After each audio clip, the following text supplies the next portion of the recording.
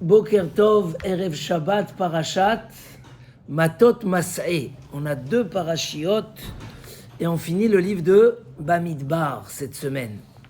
Et dans cette paracha, on va raconter l'histoire de la rentrée en Eretz Israël, de la demande des Bnei Gad et Bnei Reuven pour la rentrée en Eretz Israël. Juste avant, je voulais commencer avec le début de la paracha. Ishki dor neder. La paracha, elle commence par quelqu'un qui fait un neder. Il prend sur lui un vœu, une décision, une kabbalah. Et on a ramené ce midrash incompréhensible qui dit Huaou dirtiv, c'est ce qui est marqué. Kilo yeda adam et aito. L'homme ne sait pas c'est quoi son jour. Comme des poissons qui se font attraper dans un filet. Ça fait peur. Qu'est-ce que veut dire ce midrash-là? Ma'akesher entre ce que le passouk dit que personne ne sait combien d'années il va vivre et cette réalité de faire un éder. Et il explique Mashou Nifla. On ne parle pas du 120 ans de la personne. On parle du moment propice pour prendre une décision. Kilo yeda adam et taito. L'homme, il ne sait pas c'est quand le meilleur moment. Des fois, une décision dans la vie, elle peut changer la vie d'un homme. Un homme, pitom, il a dit, je vais à la Tfila Betsibour tous les matins. Ça peut le faire monter dans des échelles et dans des hauteurs. Mais peut-être que s'il avait raté ce moment-là, alors, Chazvé Shalom, il n'aurait pas pu faire un éder. Il n'aurait pas pu prendre sur soi. C'est-à-dire que souvent dans la vie, l'homme aurait tendance à dire, bon, il y a le temps pour se renforcer. Maintenant, c'est les vacances. À Eliaou. Est-ce que maintenant, je vais commencer à prendre des gdarim? Voilà, tous les jours, j'étudie une page de ce livre. Tous les jours, je fais ça. Je vais faire peut-être un daf hayomi, là, au moins, pour les vacances. L'homme, des fois, il dit, c'est pas maintenant. Il faut savoir que le moment n'est pas connu. Et donc, quand tu l'as, attrape-le tout de suite. On a ramené beaucoup de fois ce Ramban. Im ta'iru v'im te'oreru et ahava ad sheterpatz. C'est quoi, il dit? Si vous réveillez l'amour d'Hachem, si vous réveillez l'amour de la Torah, ad sheterpatz, mettez-le sur un chefetz, mettez-le sur un objet, concrétisez-le, parce que tu sais pas, si le moment va passer, tu auras raté l'opportunité. Je commence par ça parce que pour beaucoup, les vacances commencent hier. Pour les Bachouri Yeshiva, pour les Kolélim, pour beaucoup, les vacances commencent dimanche ou dans une semaine. Et des fois, on se dit, c'est peut-être pas le meilleur moment, mais moi, je pense que c'est le meilleur moment. Quand un homme, il est totalement relâché, pas relâché négatif, comment on va dire, détendu. Et il peut réfléchir, et il peut voir qu'est-ce qu'il a envie vraiment à l'intérieur de lui. C'est là le moment de prendre les kviout, les svarim qu'on va étudier, les bonnes décisions, dans quoi on va renforcer. Et c'est là le moment. Il y a beaucoup de gens qui ont commencé à être makpid sur Mincha Arvit en vacances. Et de là, c'est devenu pour tout le temps. Parce que là, ils ont dit, on a le temps, on va au Beth Knesset. Bien sûr, c'est des gens qui avaient cette envie au fin fond d'eux et qu'ils sont partis. Donc ça, c'est le début de la paracha. Mais on voulait s'attarder, et il y aura un lien avec ce début dans l'histoire des Bnei Gad et Bnei Reuven. Les Bnei Gad et Bnei Reuven, 2 tribus et demie, sont venus chez Moshe Rabbeinu. Qu'est-ce qu'ils lui ont demandé? Nous, on a beaucoup de troupeaux. Et on a vu les terres là qu'on a pris de Sichon et de Og à travers le Jourdain. C'est des terres extraordinaires. Il y a là-bas des champs, du pâturage. Si on rentre en Eretz Israël, on va être serré. Est-ce que tu peux nous donner un endroit là-bas? Alors vous connaissez l'histoire, je ne vais pas vous la répéter. Mon cher Rabbeinu, au début, il s'est mis en colère. Tu la connais ou je la répète ou c'est pas la peine? Il s'est mis en colère, il leur a dit, mais vous allez désespérer le clan d'Israël. Déjà, les explorateurs les ont désespérés. Comment ils vont aller faire la guerre alors que vous êtes... pas possible. Ils lui ont dit, non, c'est pas ça notre kavana. Notre kavana, c'était de faire la guerre. On s'engage à faire la guerre avec nos frères, on laisse nos femmes et nos enfants. Non, ils ont dit comme ça. On va faire déjà des fermes, des enclos pour nos troupeaux, etc. Et nous, on va retourner, on va faire la guerre et on va retourner. Bon, apparemment, tout va bien. Mon cher Rabbeinu, il leur a dit, ok, vous voulez, il leur a donné. Mais le Midrash, il dit, attention, attention. C'était pas un beau cadeau qu'ils ont reçu. Pas du tout, du tout, du tout. C'était pas un beau cadeau. C'est comme un jour, quelqu'un, il m'a offert cadeau, un beau couteau de Hatzorfim. Et vous savez que c'est pas bien d'offrir un couteau. Alors, quand on va offrir un couteau, on offre quelque chose avec, pour pas... Un couteau de chalot, de Shabbat, en argent. Mais le premier Shabbat où j'ai coupé la chala, j'ai failli perdre mon doigt. Tellement il était aiguisé. J'ai même un signe comme ça, un gros morceau de peau qui s'est arraché. J'ai arraché le... Donc c'était un cadeau. Des fois, les cadeaux, c'est pas les plus beaux cadeaux. Oh, Baruch Haba. C'est pas les plus beaux cadeaux. Ben, le Bnei Gad et Bnei Reuven, c'était pas le plus beau cadeau. Pourquoi? Parce qu'il dit le Midrash, écoutez bien, Nifla Beyoter. Il y a 3 richesses dans le monde. 3 grandes qualités que celui qui les a, il a tout. La sagesse. Un homme sage, il passe partout. La richesse et la force. Ces 3 cadeaux que si l'homme il les a, ça lui donne un peu une réussite dans tout. Mais attention, il y a 2 riches qu'on a connus dans le monde, un juif et un goy.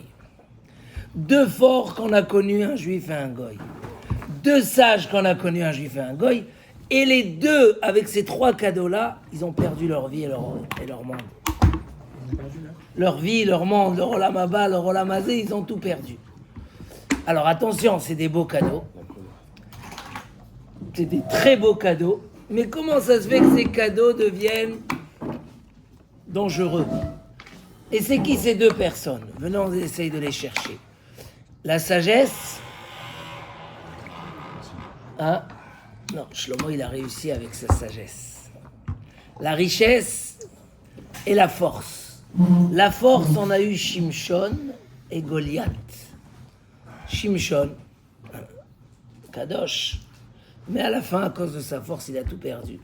Et la même chose, Goliath. La richesse, on a eu Korach et Haman. Korach et Haman. On a eu Bilam dans la sagesse. Et ils ont tout perdu. Pourquoi? Comment c'est possible qu'un homme, il a eu les plus beaux cadeaux au monde et il a tout perdu avec? Hein? Il dit le Midrash. Parce que ils les ont pas reçus d'Akadosh Baruch. Ils les ont arrachés, comme ça dit le Lachon.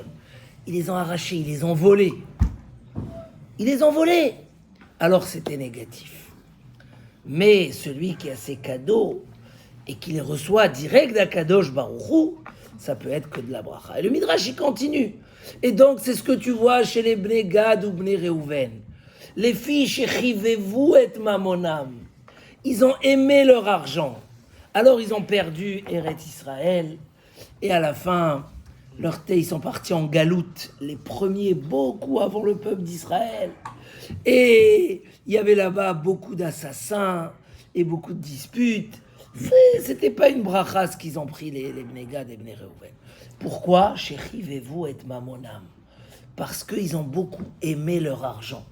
En fait, on peut pas voler d'Akadosh Baruch Hu, mais on peut prendre et découper ce qu'Akadosh Baruch Hu nous l'a donné, le déconnecter de sa source et de sa racine. Le secret de la bracha, c'est quoi? Mon cher Rabbeinu, il leur a dit, vous donnez trop d'importance à votre argent. Vous donnez trop d'importance à votre argent. Vous aimez trop votre argent. Tellement vous l'aimez que ça passe avant votre famille et vos enfants. On va construire des fermes et des machins à notre peau et des maisons à nos femmes et nos enfants. Mazé, comme ça on parle. On inverse les rôles. Alors en vérité, il ne faut pas croire. Il y a un autre Midrash qui dit que les Bnei Gad et Bnei Reuven, ils avaient des très bonnes intentions dans ce qu'ils voulaient. Ce qu'ils voulaient la terre à travers le Jourdain. C'est marqué, mon cher Rabbeinu les a même félicités. Kisham chelkat mechokek safoun. dans Vezot Averacha. Ils ont dit, Moshe Rabbeinu, il est enterré là-bas. Nous, on va être les portes d'Eretz Israël. On va garder, on va rajouter cet endroit Eretz Israël. On va être les protecteurs du clan Israël. Et il y a comme ça dans le livre Mima Hamakim, ils développent énormément. Ils avaient une très bonne kavana aussi. Il ne faut pas croire qu'ils ont fait ça que pour l'argent et la richesse. Ils voulaient être les protecteurs du clan Israël. C'est comme aujourd'hui, comment l'argent elle arrive dans les yeshivot. Comment il peut y avoir tellement d'yeshivot, tellement de kolélim en Eretz Israël. C'est les États-Unis. Hein? Les États-Unis, des millions et des millions et des millions qui passent. Même en France, même en Angleterre, mais surtout aux États-Unis. Donc ils voulaient être les protecteurs, avoir une grande richesse, mais c'est très bien. Si ça restait attaché à Akadosh Baruch Hu, qu'est-ce que ça veut dire rester attaché à Akadosh Baruch Hu? J'ai dit la semaine dernière dans un autre shiur, la Mishnah dans Pirkei Avot. La Mishnah dans Pirkei Avot est dit Ten lo mishelo, she'ata veshelcha shelo. Donne-lui à Akadosh Baruch Hu ce qui est déjà à lui. Car toi, et ce que tu as, c'est à lui. Ten lo mishelo, she'ata veshelcha shelo. Toi, et ce que tu as, c'est à lui. Et comme il dit le pasouk dans David Amelech, Ki mimcha hakol ou miyadcha natanulach. Tout est de toi, Hachem, et quand je te donne ce que tu m'as donné. Il y a ici quelque chose d'incroyable. Quand un homme vient faire quelque chose, il vient, il donne 1 heure de son temps pour la tfila. Donc, il fait plaisir à Akadosh Baruch Hu. Tout l'avantage est pour nous. C'est pas qu'on donne et on n'a pas. Quand on donne, on reçoit plus. Chaque seconde de tfila, c'est du mérite, c'est de la grandeur, c'est de la force, c'est de la satisfaction. Donc, le donner chez Akadosh Baruch Hu, comme il dit là-bas, c'est nifla beyoter. Quand tu donnes à Akadosh Baruch Hu, en fait, tu te donnes à toi beaucoup plus. Mais on va dire, le premier effort, c'est quoi? C'est que tu donnes à Akadosh Baruch Hu. Tu donnes 1 heure de sommeil à Akadosh Baruch Hu. Tu donnes 1 heure de temps à Akadosh Baruch Hu. Ouah, tu sens que tu as fait un effort, tu lui as donné un cadeau. Il t'a donné 24 heures, 7 sur 7. Tu peux pas lui rendre 1 heure. Il a tout donné pour toi. Tu peux pas faire un effort et lui rendre un petit peu. Alors quand tu lui donnes, qu'est-ce que tu dois sentir? Mais j'ai rien fait. Ki mimcha kol. Prenons l'exemple de l'argent. C'est très simple puisqu'on parle du rocher, de la richesse. Il y a un homme qui va donner beaucoup de tzedaka, des sommes énormes. Mais il va dire, bon, c'est 10%. Hier, j'ai fait une bracha, quelqu'un il m'a dit, mais moi, ce que je donne, je le double, Bessimcha l'année prochaine, et chaque année, je double. Mais, parce que si c'est que j'ai reçu, si je peux donner, alors c'est même pas 10%, mais si je donne 10%, c'est que j'ai reçu les 100. Donc tu donnes que les 10 des 100, hein? Il dit, le maaser, ça vient du mot esser, le 10e. Pourquoi maaser et esser et rocher et la richesse, c'est tous les mêmes mots. Rocher, la richesse, maaser, et esser, le 10e. Et dit la Gemara, aser, bishvil shetit asher. Tu fais maaser, tu auras de la richesse. Pourquoi c'est la même racine? Tu sais pourquoi? Parce que le 10, c'est toujours celui qui complète l'entité. 1, 2, 3, c'est des détails. 10, ça rend une règle. Qui est la règle? C'est Akadosh Baruch Hu. Tu rends les choses. Donc le 10, c'est celui qui complète, celui qui boucle. Et c'est le secret de la richesse. Si pour toi, ce qui boucle ta réussite, c'est que tu sais que la racine de tout ce que tu as, c'est Akadosh Baruch Hu. Donc c'est vrai, tu as donné, mais tu as donné ce qu'Akadosh Baruch Hu t'a donné. Alors le bénéfice, il est 100% pour toi. C'est comme ça avec Akadosh Baruch Hu. Akadosh Baruch Hu, il dit, Mi hikdimani va'ashalem. Qui m'a donné quelque chose pour que je lui paye? Ce que tu m'as donné, c'est ce que je t'ai donné en fait. Mais il dit à Kadosh Baruch Hu, Ulcha Hashem, Chesed ki teshalem leish kemaaseu. Tu considères, Kadosh Baruch Hu, il ne considère pas qu'on lui a donné ce qui est à lui. Il considère qu'on lui a donné ce qui est à nous. Mais nous, on doit considérer que ce qu'on a donné, comme il dit le roi David, Mimcha hakol. Tout est à toi, qu'est-ce que j'ai fait? Hier, j'ai envoyé quelqu'un me chercher des livres. Il a passé 3 heures, il a levé, etc. Et même pas, il voulait que je le remercie. Alors que je le remercie. Mais des fois, comme ça, tu vois, ce recette naturel, cette méditation, comment un homme il peut devenir naturel? Mais c'est normal. Akadosh Baruch Hu, il pense toute la journée à moi. Je ne vais pas penser à ses enfants. Qu'est-ce qui a marqué Kinyan? Après Ve'ahavta l'ereacha kamocha, c'est quoi les deux mots qui viennent après Ve'ahavta l'ereacha kamocha? Tu aimeras ton prochain comme toi. Ani Hashem. Pourquoi il y a marqué Ani Hashem? Je suis le père de vous tous.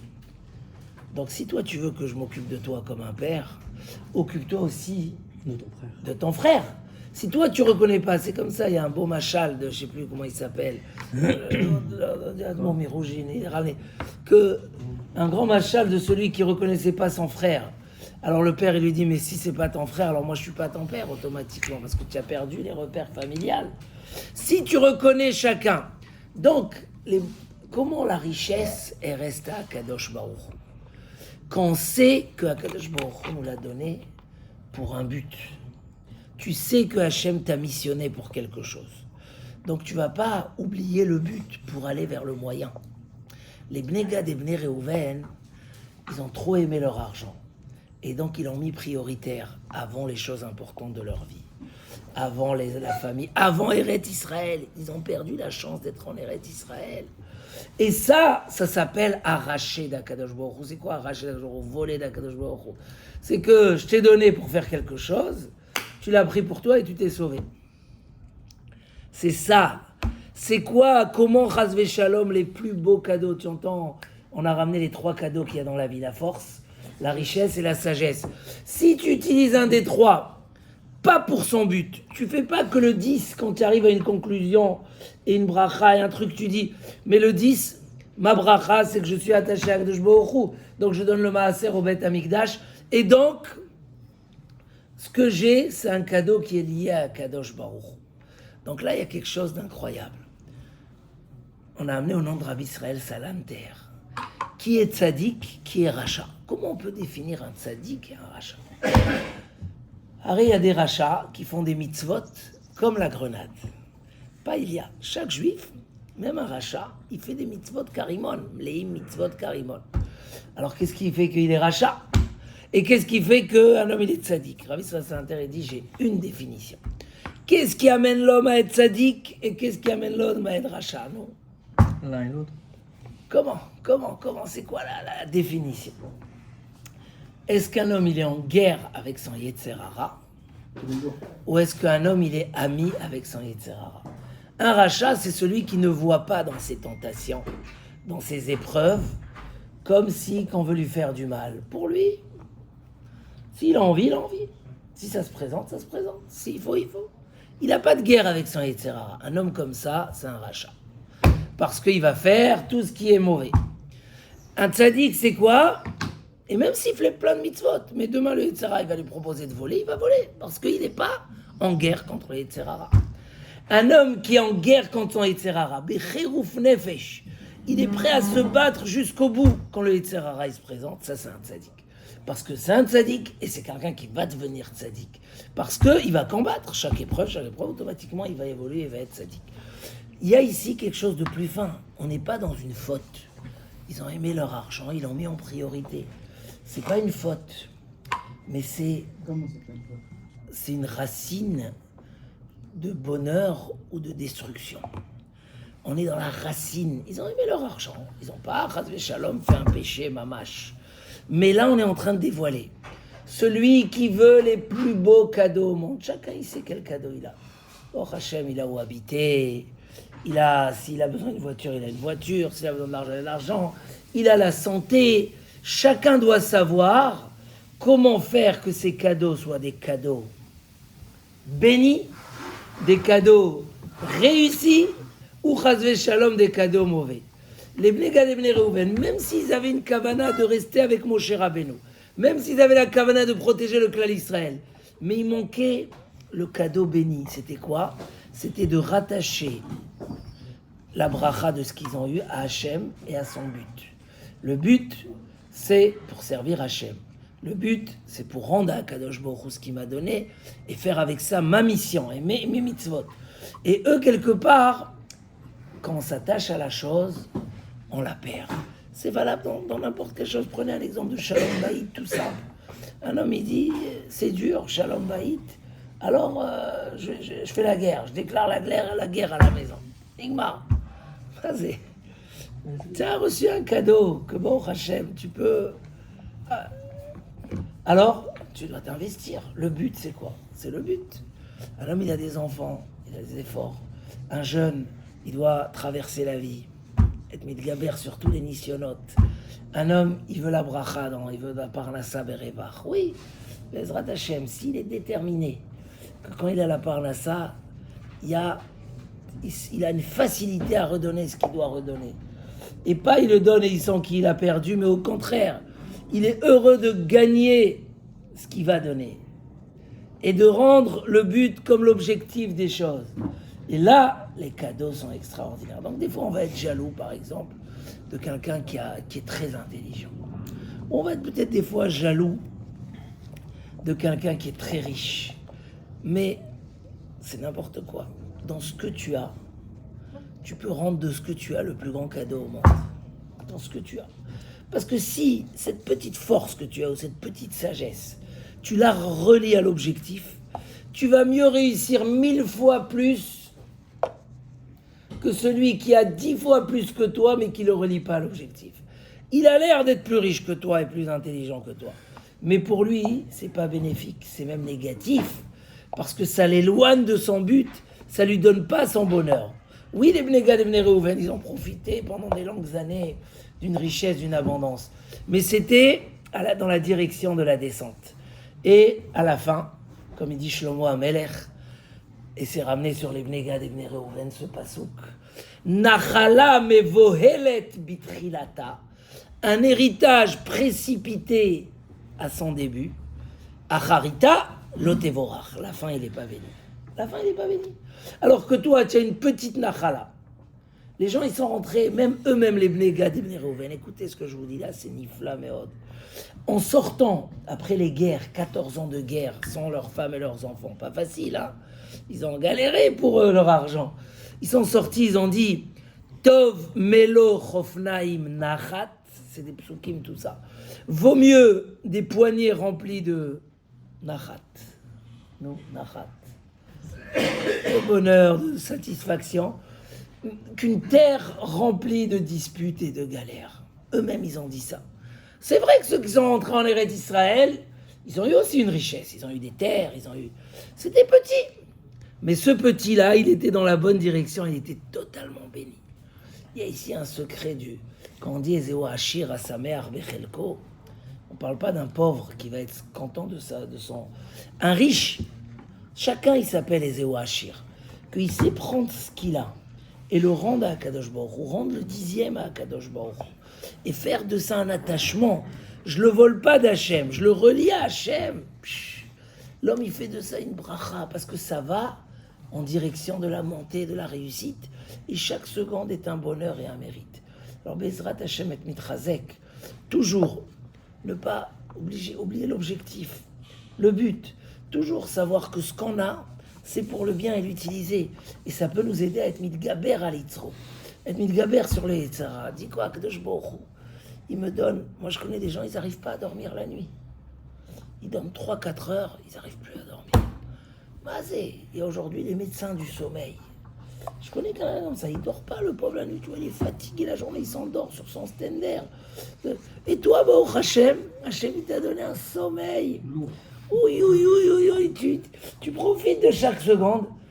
Réfléchis, si je veux que ça soit un bonheur, rends à Kadosh Baruch Hu ce qu'il t'a donné. Donne-lui une heure de tefila à l'heure. Donne-lui. C'est pas évident de réfléchir comme ça. Mais quand on s'habitue à réfléchir comme ça, on enlève toutes les excuses, les réponses. Et après, une fois qu'on les enlève, alors on peut attaquer l'objectif. On peut aller le prendre. Alors que s'il y a plein de nuages, ouais, j'arrive pas, c'est dur, c'est machin, j'ai besoin de cet argent pour réinvestir, j'ai ça. Toutes les excuses qui mettent qu'un homme, il n'arrive pas à atteindre l'objectif. Alors c'est grave. Alors Bezrat Hashem, que nous, on prenne les bons cadeaux qu'Akadosh Baruch Hu nous donne, et qu'on les rende, nous, parce que c'est dans nos mains, qu'on les rende des cadeaux bénis, et qu'on soit bénis, et qu'on ait la bracha Bezrat Hashem.